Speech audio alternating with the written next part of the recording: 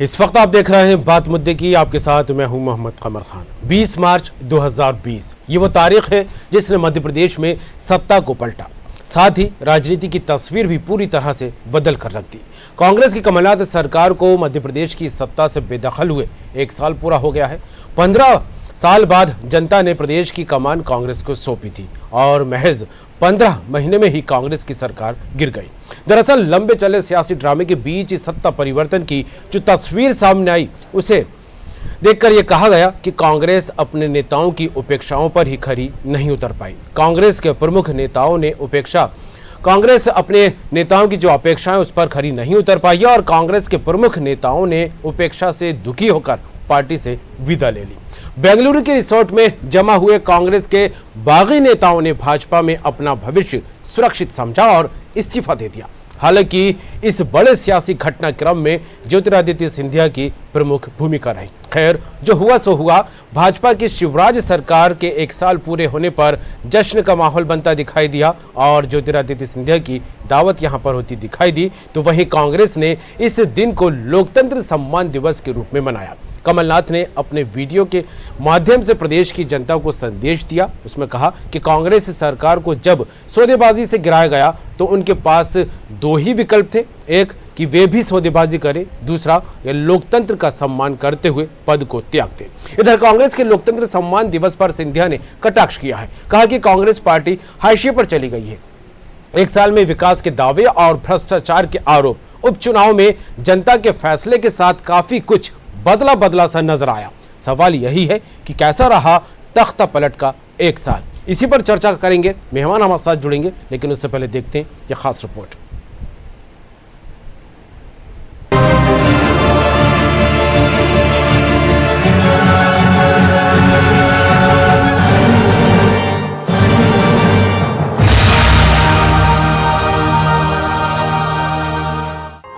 शिवराज सरकार के 1 साल पहले बनाई थी सरकार। 1 साल पहले ही कमलनाथ के हाथ से छूटी थी सत्ता। बड़े ही नाटकीय तरीके से हुआ था सत्ता परिवर्तन। मध्य प्रदेश में शिवराज सरकार को 1 साल हो गया है। इस 1 साल में कितना कुछ बदला और क्यों गिरी कमलनाथ सरकार, हम बीजेपी के नेताओं से ही सुन लेते हैं। प्रदेश को तबाह और बर्बाद करने वाली और भ्रष्टाचार के नित्य नए रिकॉर्ड स्थापित करने वाली कमलनाथ सरकार को आज अपदस्थ किया गया था और बाद में फिर नई सरकार भारतीय जनता पार्टी की सरकार बनी। जिस सरकार ने मध्य प्रदेश को भ्रष्टाचार का अड्डा बनाया था, उस सरकार को उखाड़ के फेंकने के बाद एक जन कल्याण वाली सरकार आदरणीय शिवराज सिंह जी के नेतृत्व में केवल स्थापित नहीं हुई, लेकिन 1 साल के कार्यकाल में शिवराज सिंह जी के नेतृत्व में इस सरकार ने 7 करोड़ मध्य प्रदेश की जनता की सेवा में केवल हर संभव प्रयास नहीं, लेकिन नए कीर्तिमान स्थापित किए। कांग्रेस सरकार की बरसी है, कमलनाथ सरकार की बरसी है। इस 1 साल में मेरे मित्र शिवराज सिंह चौहान की सरकार ने मध्य प्रदेश के गांव, गरीब किसान की, झुग्गी झोपड़ी के इंसान की और महिलाओं के सम्मान की चिंता करी। लॉकडाउन के पीरियड में हमारी सरकार बनी, कोरोना का कहर था। रेल, स्कूटर, मोटरसाइकिल, ट्रक, बस सबके चक्के जाम थे। इसके बावजूद भी गांव में गरीबों को 3-3 महीने का राशन पहुंचाया। गरीब की थाली न रहे खाली, ये कोशिश हमारी थी इस लॉकडाउन के पीरियड। मध्य प्रदेश में सत्ता परिवर्तन को 1 साल हो गया है। 1 साल पहले बड़े ही नाटकीय ढंग से प्रदेश में 15 महीने की कमलनाथ सरकार गिरी थी और बीजेपी की शिवराज सरकार को सत्ता मिली। तो इसे लेकर कांग्रेस बीजेपी पर लोकतंत्र की हत्या करना करार दे रही है। ये पूरा का पूरा जो काम करने का तरीका है, ये लोकतंत्र विरोधी है, प्रजातंत्र विरोधी है। हमें संकल्प लेना चाहिए और हमें विश्वास है कि आप और हम सब मिलकर इस लोकतंत्र विरोधी सरकार और लोकतंत्र विरोधी मानसिकता और लोकतंत्र विरोधी विचारधारा के खिलाफ हमें लड़ाई लेना है। भारत की संविधान की रक्षा करते हुए ही हमारी जो है कमलनाथ जी की सरकार जो है बलिदान स्वरूप गई थी। अगर हम चाहते तो हम भी जो है आर्थिक मदद से जो है अपनी सरकार को बचा सकते थे कि 1 वर्ष पूर्ण होने के बच्चा जो सरकार की जो काम कर रही है, इनका परिणाम जो है अगले वर्षों में क्या होगा, ये आपके सामने होगा। चलिए एक नजर डालते हैं 2020 के उस घटनाक्रम पर जिसने कमलनाथ की 15 महीने की सरकार को गिराकर शिवराज सिंह चौहान को सत्ता की बागडोर दे दी। बड़े ही नाटकीय तरीके से कांग्रेस के 22 विधायक बेंगलुरु पहुंचे। प्रदेश में कांग्रेस की कमलनाथ सरकार अस्थिर हुई। सिंधिया पहले ही कांग्रेस से इस्तीफा देकर बीजेपी में पहुंच चुके थे। सिंधिया समर्थित विधायक बेंगलुरु में डटे रहे। दिग्विजय सिंह सहित कई कांग्रेस नेता बेंगलुरु पहुंचे, लेकिन किसी भी विधायक ने मुलाकात नहीं की। कांग्रेस के 22 विधायकों ने पार्टी से इस्तीफा दिया। आंकड़ा घटा और अल्पमत में आ गई कमलनाथ सरकार। सपा बसपा और निर्दलीय विधायक मिलाकर भी नहीं पहुंचा आंकड़ा। कांग्रेस 92 सीटों पर सिमटी। जरूरत थी 104 सीटों की। बीजेपी ने राज्यपाल के पास बहुमत सिद्ध करने का प्रस्ताव भेजा, तो इसी बीच कमलनाथ ने सीएम पद से इस्तीफा दिया और बीजेपी ने बहुमत सिद्ध कर शिवराज सिंह चौहान के नेतृत्व में सरकार बनाई। एक तरफ जहां बीजेपी 1 साल पूरे होने पर जश्न मना रही है, वहीं कांग्रेस लोकतंत्र सम्मान दिवस के जरिए बीजेपी पर लोकतंत्र की हत्या का आरोप लगा रही है। इस 1 साल में कितना कुछ बदला, ये सोचने की बात है। जहां 15 महीने की सरकार में कांग्रेस ने कितने वादे पूरे किए और क्या ये परिवर्तन कांग्रेस की अंतर्कलह की वजह से हुआ या फिर बीजेपी ने कांग्रेस के खेमे में सेंधमारी की। वहीं उपचुनाव के नतीजों से दोनों ही दलों ने जनता की नब्ज टटोली। Visual desk.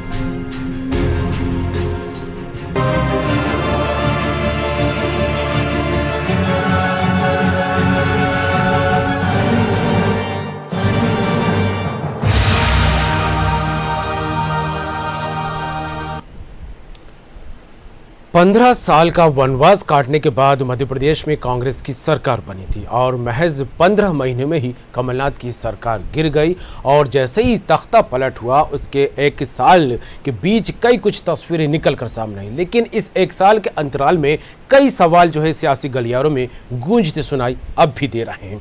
इन्हीं सवालों का जवाब ढूंढने की कोशिश करेंगे, चर्चा आगे बढ़ाएंगे। हमारे साथ मेहमान जुड़ गए हैं। राकेश सिंह यादव हमारे साथ रहेंगे, कांग्रेस प्रवक्ता, आपका स्वागत है। साथ में रहेंगे शंकरलाल तिवारी जी, पूर्व बीजेपी विधायक, आपका भी स्वागत है। और साथ में रहेंगे वरिष्ठ पत्रकार सूर्यकांत चतुर्वेदी जी, आपका भी बहुत बहुत स्वागत है। राकेश सिंह यादव जी, शुरुआत आपसे ही करते हैं। 15 साल का वनवास काटा मध्य प्रदेश में, उसके बाद जनता ने कांग्रेस पर भरोसा जताया, लेकिन महज 15 महीने में ही कमलनाथ की सरकार गिर गई। और इस सत्ता परिवर्तन को लेकर बात की जाए तो पूरा 1 साल का वक्त हो गया है और लोकतंत्र सम्मान दिवस के रूप में इस दिन को कांग्रेस मनाती दिखाई दे रही है।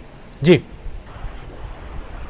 देखिए, 15 महीने की जो सरकार रही थी वो मतदाताओं ने वो सरकार बनाई थी। 2018 में मतदाताओं ने बीजेपी को नकार दिया। उसके बाद वो सरकार सही तरीके से जनहित के कार्य कर रही थी। माननीय कमलनाथ जी के नेतृत्व में लगातार प्रदेश का विकास हो रहा था, नए नए आयाम स्थापित हो रहे थे। लेकिन चंद लोगों के लालच की वजह से, चंद लोगों द्वारा जो प्रजातंत्र को बेच दिया गया, उसकी वजह से एक चुनी हुई सरकार, एक बहुमत वाली सरकार आज ही के दिन अपने पद से, अपनी प्रतिष्ठा से गिरी है। मतदाताओं का विश्वास गिरा है। मध्य प्रदेश में प्रजातंत्र की हत्या हुई है। ये मध्य प्रदेश के वासियों ने और देश के सारे लोगों ने देखा है कि किस तरीके से रिसोर्ट पॉलिटिक्स, भागना दौड़ना, ये सब कुछ हुआ है। लेकिन ये सरकार जो बनी थी, ये जनता के वोटों से बनी थी, ना कि किसी भारतीय जनता पार्टी के रेमो करम से बनी थी या किसी भारतीय जनता पार्टी के विधायक के रेमो करम से बनी थी। लेकिन शिवराज जी की सरकार जो बनी है वो खरीद फरोख्त से बनी है, वो जनता के वोट से नहीं बनी है। इसलिए आज जो प्रजातंत्र की रक्षा के लिए जो दिवस, आज सम्मान दिवस मनाया गया, वो इसलिए मनाया गया कि सरकार आए या ना आए, सरकार रहे या ना रहे, प्रजातंत्र कायम रहना चाहिए। अगर सरकार लाना ही सिर्फ उद्देश्य है और जीतने के बाद विधायकों को खरीद के किसी पार्टी में शामिल करा लेना, ये अगर संस्कार है भारतीय जनता पार्टी के, तो ऐसी सरकार 10 बार भी अगर जाती है तो चली जाए। लेकिन कांग्रेस अपने सिद्धांतों पर अडिग रहती है। कांग्रेस ने कभी किसी विधायक को मध्य प्रदेश में खरीदने की कोशिश नहीं की। ऐसा नहीं है कि भारतीय जनता पार्टी के विधायक बिकने को तैयार नहीं थे, लेकिन माननीय कमलनाथ जी ने स्पष्ट कर दिया था कि अगर सरकार रहेगी तो ईमानदारी से रहेगी और जाएगी तो बिल्कुल जाए, उसकी चिंता नहीं। जी चलिए, बिल्कुल। क्या कहेंगे शंकरलाल तिवारी जी, वरिष्ठ बीजेपी नेता हैं, पूर्व विधायक भी रहे हैं। शंकरलाल जी, जिस तरह से एक साल का वक्त गुजरा है सत्ता परिवर्तन को लेकर, और आज भी कांग्रेस की तरफ से यही सवाल बार बार उठ रहे हैं कि खरीद फरोख्त करके कमलनाथ की सरकार, उस सरकार को गिराया गया जो जनता ने चुना था। हालांकि उपचुनाव के नतीजे भी सारे देश के सामने हैं, लेकिन जिस तरह से बार बार यही बात कही जा रही है, लोकतंत्र की हत्या की है बीजेपी ने, क्या कहेंगे? मैं भी आपने अच्छे समय पर ये डिबेट रखी है जी। आज 21 मार्च है और मैं भी आपको 20 मार्च है शंकरलाल जी। 20 जी आज 20 मार्च है। मैं भी आपको याद दिलाना चाहता हूँ कि आज से लगभग 45 वर्ष पूर्व आज की दिन ही इमरजेंसी हटी थी देश के अंदर। आपातकालीन स्थिति जो श्रीमती इंदिरा गांधी ने लगाई थी, वो आपातकालीन स्थिति 20 तारीख की रात को हटी थी और 21 तारीख को उसका जश्न मनाया गया था, 21 मार्च को देश के अंदर। कांग्रेस वालों को याद नहीं होगा, वो भूल गए होंगे। लाखों लोग जेल में डाल दिए गए थे। आज ये लोकतंत्र क्या मना रहे हैं ये जाने। पर आज के दिन ही लोकतंत्र की जो हत्या हुई थी देश के अंदर, इमरजेंसी लगा के विचार व्यक्ति की, नो वकील, नो दलील, नो अपील, आज के दिन ही इंदिरा गांधी ने इमरजेंसी हटाई थी और देश के अंदर लाखों लाख लोगों की जेल यात्रा के बाद, जनता के जन क्रांति के बाद इमरजेंसी हटी थी और कांग्रेस का देश के अंदर सफाया हुआ था। मैं भी प्रदेश की जनता को और उन तमाम लोकतंत्र सेनानियों को, लोकतंत्र प्रेमियों को इस बात की बधाई देना चाहता हूँ कि ये तो ढोंग कर रहे हैं। अभी ये कह रहे थे आदरणीय यादव जी मेरे कि मतदाताओं का विश्वास उन चंद विधायक क्या होता है, 28 विधायक कांग्रेस से निकले, 22 तो ज्योतिरादित्य जी के साथ और बाकी इंडिपेंडेंट तरीके से आए। 28 विधायक, आपको चंद विधायक निकले। और इसके अलावा आप कह रहे हो मतदाताओं का विश्वास खत्म किया गया। मतदाताओं का विश्वास कहां से खत्म हुआ यादव जी? उनने आपके दल को, आपके मुख्यमंत्री के, आपकी कार्य पद्धति के कारण, उनके क्षेत्रों में विकास न होने का कारण, ज्योतिरादित्य जी जो सत्ता को वापस लाने में बहुत बड़ा एक किरदार थे, उनको अपमानित करने के प्रमुख भूमिका ज्योतिरादित्य सिंधिया की ही रही है पूरे तख्ता पलट को लेकर। शंकरलाल जी, मैं फिर एक बार रुक करूंगा, हमारे साथ जुड़ेंगे सूर्यकांत चतुर्वेदी जी, वरिष्ठ पत्रकार। सूर्यकांत जी, एक साल का वक्त हो गया, एक सरकार गिरती है कांग्रेस की और बीजेपी की सरकार यहाँ बनती दिखाई देती है। इस पूरे कार्यकाल में जिस तरह देखा जाए, एक साल में कई परिवर्तन देखने को मिले हैं सरकार बदलने के बाद से, लेकिन जिस तरह से आज भी देखा जाए तो खरीद फरोख्त की बात कही जा रही है, लोकतंत्र की हत्या की बात कही जा रही है, और जिस तरह से कांग्रेस में उपेक्षाओं का शिकार होने की बात लगातार कही जाती रही है, तो ऐसे में एक अलग माहौल मध्य प्रदेश की सियासत में देखने को मिला। किस तरह देखते हैं इस पूरे एक साल को? सूर्यकांत जी, सूर्यकांत जी, आवाज मिल रही है आपको? जी सूर्यकांत जी, शिवराज सरकार को एक साल हो गया है और कांग्रेस की सरकार गिरे हुए भी एक साल का वक्त हो गया, क्या कहेंगे इसे लेकर? देखिए, एक साल का समय हो गया है कमलनाथ को गए हुए, उसके बाद भाजपा की शिवराज सरकार बनी। इस पूरे एक साल के अंदर कोरोना काल भी आया, चुनाव भी हुए हैं और बहुत सारी चीजें देखने को मिली हैं। लेकिन मैं एक बात कहूँगा, भले कांग्रेस आज पार्टी लोकतंत्र बचाओ दिवस मना रही है, लेकिन कांग्रेस को पूरा का पूरा कार्यक्रम एक औपचारिक कार्यक्रम बनकर रह गया है। कांग्रेस को होने के नाते, सरकार पर हमलावर होने के नाते अपनी बात आम जनता तक पहुंचाए, इसके लिए उसे कम से कम जिला स्तर पर और आगे बढ़ के ब्लॉक और तहसील स्तर पर इस तरह के आयोजन करने चाहिए थे, जो नहीं किए गए। लेकिन मैं एक बात कहूँगा कि आपको बता दें, लोकतंत्र में चाहे कांग्रेस हो चाहे भाजपा हो, कोई भी हो, सारे लोग अपने हिसाब से अपने कार्यक्रमों को, अपने उठाए कदमों को परिभाषित करते हैं। तो राजनीतिक दृष्टिकोण से वो उचित तो हो सकते हैं, लेकिन कोई भी दल इस तरह की बातें करता है तो मुझे तो ये लगता है कि जनता सब समझती है। रही बात 15 में सरकार गिरने की कांग्रेस की, तो उसके लिए कांग्रेस स्वयं दोषी है, क्योंकि जब 1.5 दशक बाद देश में सत्ता में कांग्रेस ने वापसी की, कमलनाथ जी के नेतृत्व में सरकार बनी, तो उसके बाद से कांग्रेस के बड़े नेता सिर्फ और सिर्फ स्वयं को या अपने नेता को स्थापित करने में लगे रहे। उन्हें चाहिए था जो पार्टी को मजबूत करते, सरकार को मजबूत करते, क्योंकि सरकार अगर संख्या के हिसाब से देखें तो भाजपा कांग्रेस के और ज्यादा सहयोग नहीं था, लेकिन उस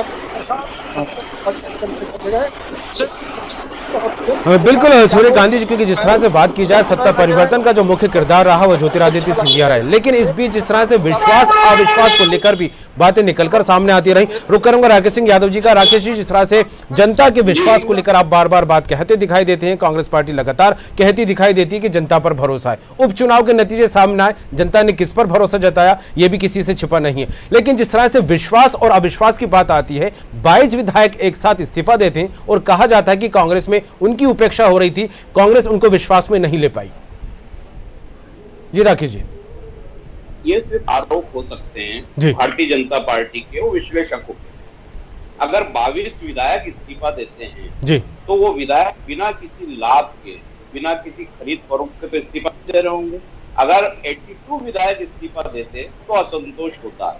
और भारतीय प्रजातंत्र में जो मतदाता जिसको चुनते हैं, भले अंतर 8 या 9 सीटों का था, भारतीय जनता पार्टी हारी थी और कांग्रेस की जीत हुई थी और कांग्रेस की सरकार बनी थी जी। किसको जल्दी थी सरकार में आने की? भारतीय जनता पार्टी को। कौन बिना सत्ता के नहीं रह सकता था? भारतीय जनता पार्टी।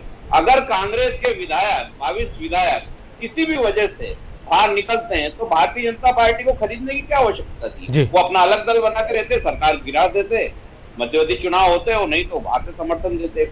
आपने एक एक विधायक को खरीदा, एक एक विधायक को तोड़ा, बाल तक आने में आपने पूरी जी जान लगाई। चाहे नरोत्तम मिश्रा जी की लड़ाई हो, शिवराज जी की कौन बनेगा मुख्यमंत्री में एक एक विधायक तोड़ने की कोशिश करी, खरीदने की कोशिश करी। सवाल ये नहीं है, सवाल तो ये भी है राकेश जी, सवाल तो ये भी है कि कांग्रेस ने साधने की कोशिश ही नहीं की विधायकों के, इसलिए टूट गए। क्यों करना चाहिए? मेरा कहना क्यों करना चाहिए? प्रजातंत्र है, आपको जनता ने चुना है, आपको सेवा के लिए चुना, चाहे भारतीय जनता पार्टी का विधायक हो या कांग्रेस का विधायक हो। क्या उसकी खुद कोई ईमानदारी नहीं है जनता के प्रति? वो किस पार्टी से जीता है, उसकी क्या विचारधारा है, उसकी जिम्मेदारी नहीं है। और आप उपचुनाव की बात करते हैं, उपचुनाव पे एक एक सीट पे करोड़ों रुपए खर्चा किया। खरीद फरोख्त की बात को लेकर कहा जाए, चलिए 22 विधायकों को लेकर इस तरह का कुछ घटनाक्रम हुआ हो, लेकिन 22 विधायकों के अलावा भी तो विधायक गए हैं राकेश जी। 22 विधायकों के अलावा भी कांग्रेस का जी, अगर आपका उद्देश्य सिर्फ सत्ता को कायम करना, किसी भी पार्टी का हो, चाहे बीजेपी या कांग्रेस का हो, आप पैसे की थैली लेके बैठ जाएंगे, वो प्रजातंत्र की हत्या कर देंगे। वही तो बात बोली जा रही है कि प्रजातंत्र चुनाव क्यों कराए जाते हैं। एक कांग्रेस का विधायक जीता हुआ, दमोह का मान लीजिए अभी उपचुनाव हो रहे हैं, जनता ने कांग्रेस का विधायक जीता है, एक मंत्री को हराया, आज वो इस्तीफा देके भारतीय जनता पार्टी से लड़ रहा है, तो प्रजातंत्र का तो मतलब ही समाप्त हो गया ना। जनता के वोट का तो तिरस्कार हो गया। क्यों जिताया था उसको? क्या फायदा मिला? जनता ठगी गई। आपने पैसे दिए, खरीदा, उसको भारतीय जनता पार्टी में ले लिया, फिर चुनाव लड़ेगा, जीते हारे वो बात की बात है, लेकिन जनता का तो तिरस्कार हो रहा है ना, जनता का तो प्रजातंत्र से यकीन ही खत्म हो रहा है। और कांग्रेस इसी बात को लेके जनता के पास जा रही है, सरकार रहे या ना रहे, देश में प्रजातंत्र। चलिए, जनता के पास कांग्रेस जा रही है, अच्छी बात है, लेकिन उपचुनाव में भी कांग्रेस गई थी और कमलनाथ बार बार यही कहते दिखाई दिए थे कि जनता पर हमें पूरा विश्वास है। क्या कहेंगे शंकर लाल जी? खरीद फरोख्त की बात बार बार दोहराई यहां पर जा रही है कांग्रेस की तरफ से, लेकिन इस पूरे एक साल के बीच एक और जो बात सबसे ज्यादा निकलकर सामने आती है, क्योंकि ज्योतिरादित्य सिंधिया की प्रमुख भूमिका रही तख्ता पलट हो या जिस तरह से मध्य प्रदेश में सरकार को लेकर, तो वहीं राहुल गांधी भी ज्योतिरादित्य सिंधिया के सियासी कद को लेकर फिक्रमंद होते नजर आ रहा है और राहुल गांधी के जो बोल निकलकर सामने आए, सुर्खियां बटोरते दिखाई दिए, तो वहीं दिग्विजय सिंह भी जो है ज्योतिरादित्य सिंधिया को लेकर कई बार तंज कस चुके हैं कि उनका जो राजनीतिक कद है बीजेपी में वो नहीं है जो कांग्रेस में रहा करता था। क्या कहेंगे शंकर लाल जी?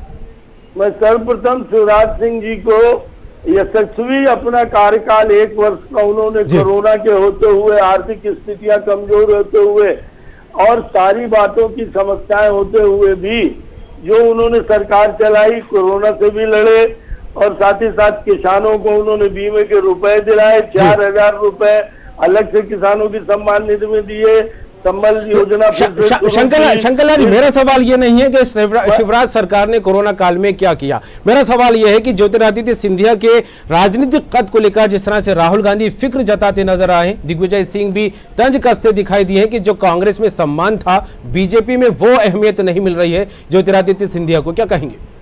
मैं आ रहा हूँ आपकी बात में। मैं शिवराज सिंह जी को 1 वर्ष की बधाई दे रहा हूँ आपकी तरफ से, सबकी तरफ से।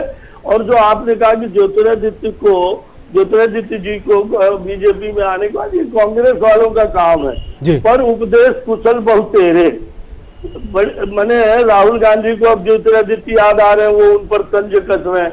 अरे भाई साहब, चाबुक खाने के बाद ज्योतिरादित्य जी का चाबुक आपके पड़ा, राहुल को पड़ा, कमलनाथ को पड़ा, चाबुक खाने के बाद आप जो है तो तंज कस करके अपना गम गलत कर रहे हैं, अपने सीने की जलन मिटा रहे हैं। मुझे कुछ नहीं कहना है। ये कह रहे हैं कि उपचुनाव में करोड़ों रुपए खर्च किए बीजेपी ने। कमलनाथ जी की जितनी बड़ी रैलियां हुई है वो 10-10 हजार में हुई है, 5-5 हजार में हुई है। कमलनाथ जब चुनाव लोकसभा का लड़ने जा रहे थे, उनके पीए के यहाँ आर्थिक अपराध की डायरियां जब्त हुई और केंद्र की एजेंसियों ने छापे मारे। शंकर लाल जी, यहाँ फंड को लेकर बात नहीं हो रही, यहाँ बात हो रही है ज्योतिरादित्य सिंधिया को लेकर। जी, फंड की बात नहीं हो रही कि किस पार्टी ने चुनाव में कितना खर्च किया, यहाँ बात हो रही है। यहाँ सवाल है यादव जी ने कहा कि करोड़ों रुपए खर्च करके हमने चुनाव जीत लिए। वो अभी भी कह रहे हैं कि मतदाताओं का विश्वास, चुनाव हारने के बाद आप उनसे कह रहे हैं कि 22। चलिए शंकर लाल जी, मेरे सवाल का जवाब नहीं दे रहा है, मैं रुक करूंगा सूर्यकांत जी का। सूर्यकांत जी, जिस तरह से मध्य प्रदेश में सत्ता परिवर्तन हुआ, उसके बाद एक नई जोड़ी देखने को मिली। हालांकि कभी एक दूसरे के प्रतिद्वंदी रहे, एक दूसरे के सामने रहे, ज्योतिरादित्य सिंधिया और शिवराज सिंह चौहान को लेकर बात की जाए। शिव ज्योति की इस जोड़ी ने एक साल में कई कमाल दिखाने की बात कही और आज खुद ज्योतिरादित्य सिंधिया ये बात कहते नजर आए कि मध्य प्रदेश की शिवराज सरकार ने कीर्तिमान हासिल किया है। किस तरह देखें इस जोड़ी को और किस तरह देखें सिंधिया को लेकर बार बार कांग्रेस के सवाल को? देखिए, कांग्रेस में जिस तरह से आरोप सिंधिया को लेकर लगाए जा रहे हैं, वो विरोधी होने के नाते जायज भी हैं। लेकिन कई बात जो आप पहले कह रहे थे कि राहुल गांधी ने जो फंड कसा है, तो कांग्रेस की सरकार कमलनाथ जी द्वारा सिंधिया के खिलाफ इस तरह से व्यवहार किया गया, वो भी देखा जाना चाहिए। मैं किसी एक की बात कर रहा हूँ, आप किसी पर एक उठाते हैं, वो भी आपकी तरफ होती है। इस बात को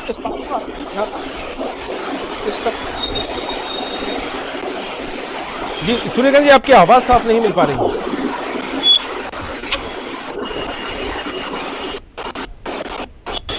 तो चलिए, जो मेरा सवाल है शंकरलाल जी से किया था, उसका जवाब मैं राकेश जी से लेना चाहूंगा। राकेश जी, ज्योतिरादित्य सिंधिया को लेकर जिस तरह से राहुल गांधी ने फिक्र जताई थी और अब सिंधिया उसको लेकर कहते नजर आ रहे हैं कि अब फिक्र करने से क्या होगा, क्योंकि इससे पहले अगर फिक्र की जाती तो शायद कुछ बदलाव देखने को नहीं मिलता। और इसको लेकर लगभग जिस तरह से देखा जाए तकरीबन हर एक मोर्चे पर सियासत भी देखने को मिली थी। क्या कहेंगे राकेश सिंह जी? राकेश जी, ज्योतिरादित्य सिंधिया को लेकर बार बार कांग्रेस सवाल उठाती रही है, क्या कहेंगे उनके कद को लेकर, उनकी जिम्मेदारियों को लेकर? देखिए, सिंधिया जी को लेके जो सारी बातें हैं वो पब्लिक डोमेन में है, सबके सामने है। सिंधिया जी ने जो किया वो किस वजह से किया, सांसद बनने के लिए किया या मंत्री बनने के लिए करा उन्होंने, या स्वयं उन्होंने स्वीकार करा कि जब राहुल जी ने क्या आप यहाँ थोड़ा इंतजार करते तो आप बैक बेंच में चल नहीं होते। तो उसकी वजह यही है, कांग्रेस में जो आपका स्थान था, कांग्रेस में जो सम्मान था, वो भारतीय जनता पार्टी में पहुंचने के बाद आखिरी बेंच में पहुंच गया और शायद भविष्य में भारतीय जनता पार्टी कभी मुख्यमंत्री की सीट तक नहीं पहुंच पाएंगे। और ये पूर्णतः सत्य है। सवाल ये है कि सिंधिया जी कब तक उनकी घोर विरोधी वाली विचारधारा में रह पाएंगे, अपने आप को एडजस्ट कर पाएंगे। उनके सारे समर्थक विधायकों को छोड़ के दरकिनार कर दिए गए हैं।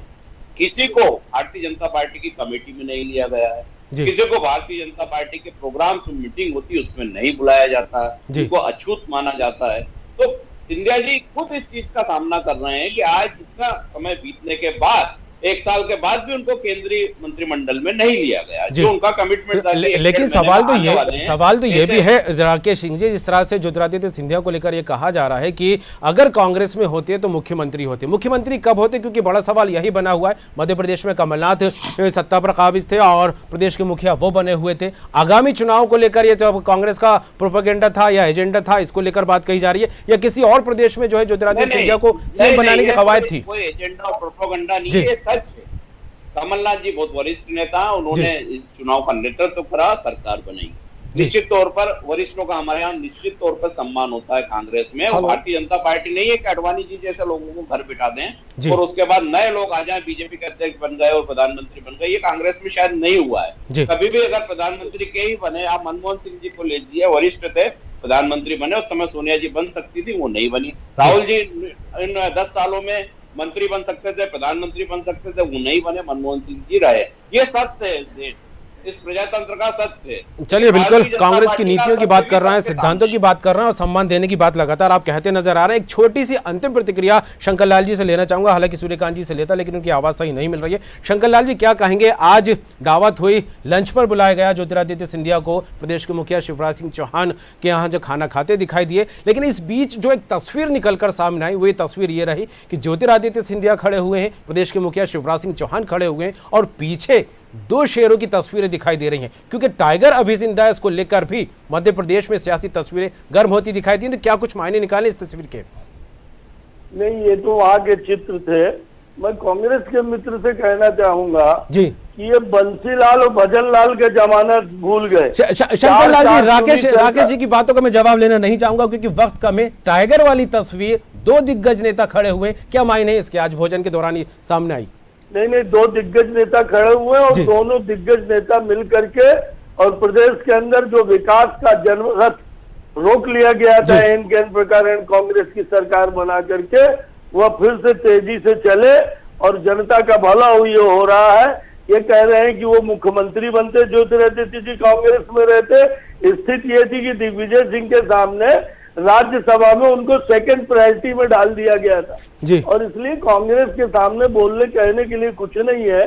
जबरदस्ती में दूसरे के फटे में टांग अड़ाना, आप चिंता न करो।